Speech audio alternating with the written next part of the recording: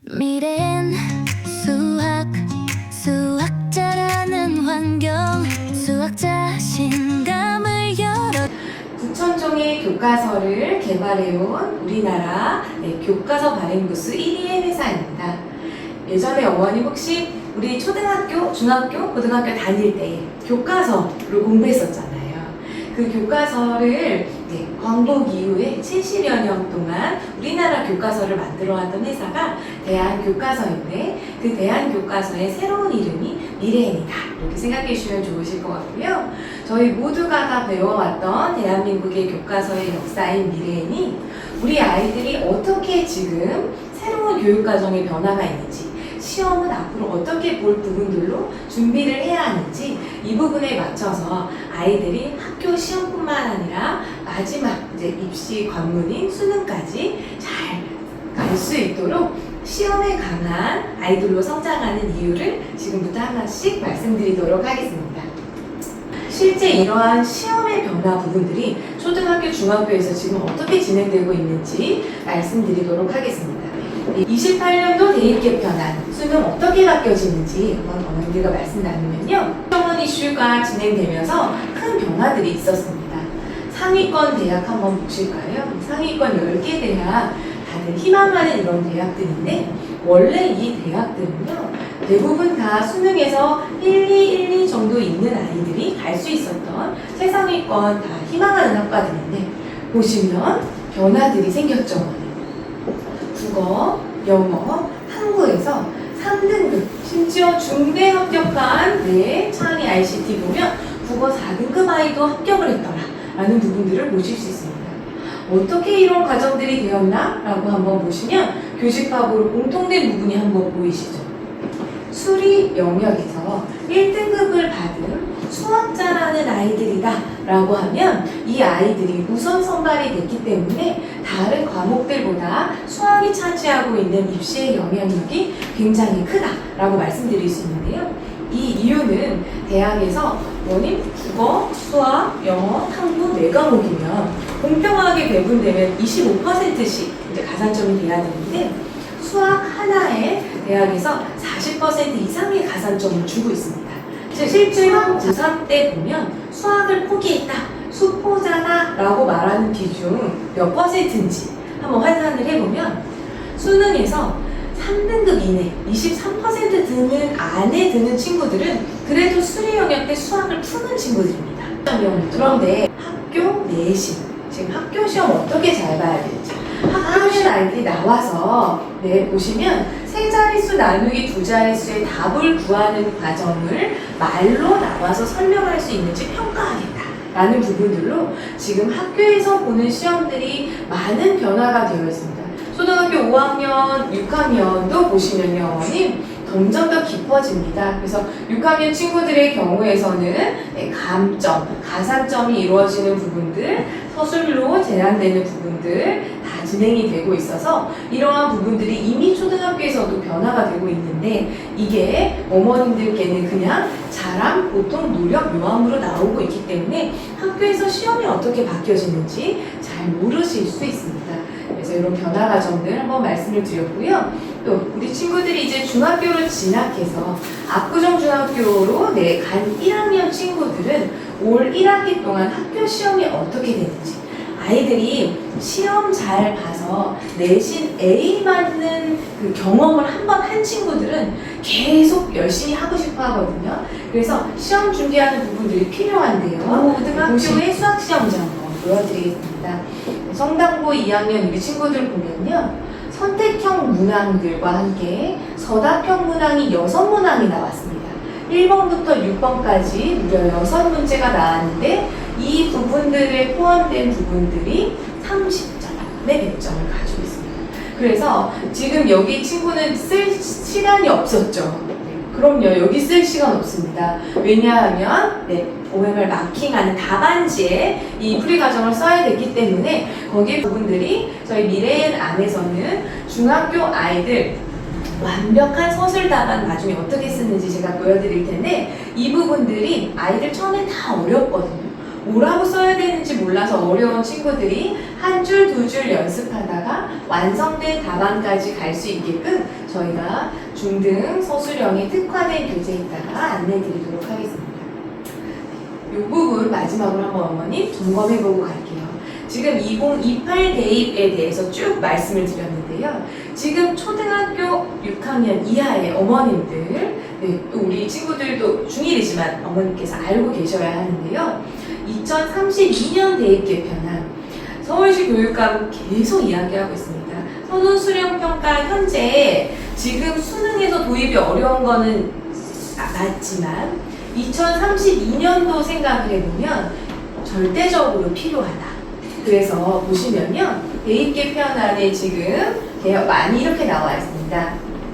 학교 내신부터 한번 볼게요. 고교 내신, 현재는 절대평가, 상대평가 병기하게 되어 있는데 지금 우리 아이들 5단계 등급으로 해서 절대평가 봐야 된다.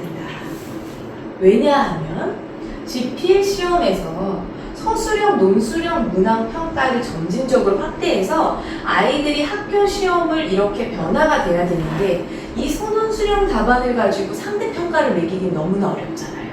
그래서 이 부분들은 이렇게 절대평가로 되면서 논서술형 평가로 시험을 볼 수 있도록 준비가 필요하고 대학 수학능력시험도 한번 볼까요, 어머니?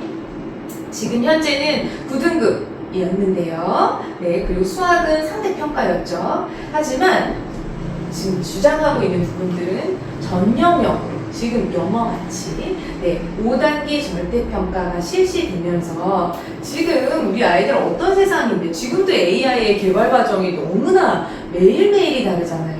그래서 선원수령 평가로 수능에서도 도입을 하면서 이 역시 절대평가로 변환이 필요하다라는 부분들을 제시하고 있습니다.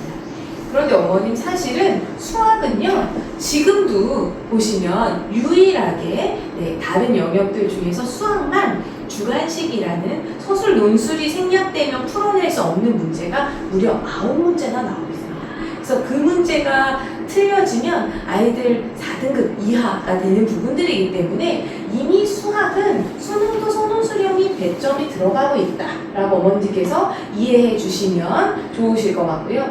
그래서 전체적으로 보면 지금 현재 대입 전형은 수시와 정시가 분리돼서 운영되고 있는 상황이지만 우리 아이들 지금 현재 초등부 친구들 아이들 대학 갈 때는 정시, 수시 통합 전형으로 보면서 그래서 학교 내신 그 부분 보고요. 수능 성적 함께 보면서 학교 생활 기록부를 보고 고교 학점제로 준비되어 왔던 아이들의 부분들을 종합적으로 평가해서 교수님이 선발하겠다라는 부분들이 이 대입의 변화 과정들이기 때문에 그래서 세부적인 부분들이 지금 다 계획 중에 있고 위원회가 열리고 이런 부분들이 공청회 부분들을 보면 이러한 방향성들로 준비되어 가고 있어서 우리 아이들에게 다시 정리해드리면 서술 시험, 논술 시험 잘 보는 아이들로 지금 성장이 필요한 과정이다 라고 말씀드릴 수 있을 것 같습니다.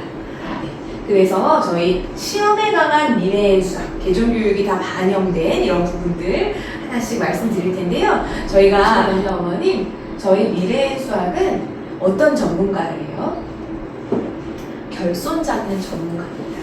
수학은요, 보시면 지금 수연산, 변화와 관계, 도형 측정, 자료와 가능성 이 4개의 영역으로 초등학교부터 중학교, 고등학교까지 단계적으로 한 단계 한 단계 단계로 올라가는 개통학문이다 라고 말씀드렸어요. 그래서 우리 아이가 지금 현재 중1에 있지만 중1에서 심화 문제, 소위 등락을 좌우하는 킬러 문제라고 하죠. 그 단어는 없어졌지만 그런 심화 문제를 아이가 못 풀이해낸다. 선생님께 의존해서 이 문제를 풀이해낸다 라고 하면 과연 뭐가 문제일까? 우리 아이가 초등학교 6년 동안의 수학 과정들 중에 이러한 4단계의 과정 중 어떤 부분들에 혹시 결손이 있을까? 이 부분들은 저희가 전문적으로 잘 찾아내겠습니다. 과외를 지금 공부하고 있다고 어머님 하셨는데요. 저도 예전에는 우리 아이들 초중고 아이들 진행하기 전에는 처음에 제일 좀 경험이 좀 적었을 때 과외부터 시작했었습니다. 그때 과외 수업을 이렇게 생각을 해보면요, 네, 당장 학교 내신이랑 또 지금 아이가 공부해 나가야 되는 부분들을 아이와 수업을 해야 되기 때문에 수업은 정말 열심히 했습니다. 근데 지나고 나서 그때를 제가 생각을 해보면 그 시간 동안 진정 수학 공부를 했고 똑똑해진 사람은 제 학생인가 저인가 라고 생각을 해보면 실제적으로 수업을 이끌고 알려주고 있는 선생님은 계속 발전하는데 아이의 입장에서는 이 부분이 막히고 어려워요. 선생님께 설명은 들었어요. 그러나 이게 선생님이 설명해 주실 때는 이해가 되었는데 내가 이제 이 문제를 풀어보려고 할 때 막히게 됩니다. 그럼 아이 입장에서는 수학 문제를 펴고 싶지가 않죠. 그러다 보니 수학 공부가 해야 되기는 하는데 재밌어서 하고 싶어서 하는 공부가 안 될 수 있다라는 부분들이어서 꼭 한번 우리 아이가 초등 과정 중에서 그리고 현재 중1 과정 중에서 배우고 있는 과정 중에 실제 아이가 이해한 퍼센테이지가 어느 정도 되는지 어떤 부분들을 놓치고 갔는지 저희가 이 부분의 진단을 좀 꼼꼼하게 할 거예요. 그래서 틀린 문제를 동일하게 반복해서 똑같이 어제 그제 선생님과 설명을 들었던 풀이를 했던 문제예요. 그런데 실제로 미래야 우리 다시 보니까 우리 이 문제 풀 수 있을까? 아이들이 어머님 수학이 왜 좋아지느냐고 어머님 처음에는 어려웠었어요. 못 풀 것 같았어요. 그런데 선생님께 설명을 들었어서 좀 이해가 됐는데 다시 봤을 때 좀 어려웠어요. 그런데 이게 정말 될 때까지 저희와 이렇게 해서 이 문제가 되는 거다라는 걸 아이가 딱 이렇게 깨우치게 되면요. 그때 왜 유레카 이런 얘기 하잖아요. 그런 딱 깨달았을 때 아이들이 수학의 푸는 맛이 뭔지를 알게 됩니다. 그 맛을 알게 될 때까지는요. 관리가 제일 중요해요. 그래서 새로운 개념 설명 나가는 거 물론 중요하죠. 개념 교재는 중요합니다. 수학은 개념이 제일 밑바탕이기 때문에 꼼꼼한 개념 설명이 필요하고 그리고 단계별 심화 문제에 따라서 아이들이 만났을 때 이 부분을 정확하게 우리 아이가 얼만큼 이해해서 내 것으로 100% 소화해내는가 이걸 관리해내는 과정들이 체계적인 시스템이 저희가 있기 때문에 아이들이 1등급을 다수 배출하는 결과가 나왔다라고 말씀을 드리면서 또 하나의 교재, 서술형 교재 이따가 말씀드릴게요. 이제 저희 친구들 중1 친구들이 수업하고 있는 4단계 서술형입니다. 보시면 이제 시험이 다 선원수령으로 보이기 때문에 아이들이 답안을 어떻게 작성하는지서부터 되게 중요하거든요. 그래서 지금 미래엔 수학자라는 환경 수학자 신감을 열어줄게 1대1 맞춤 넌 특별해 개념부터 실전까지 확실하게 교과서 이역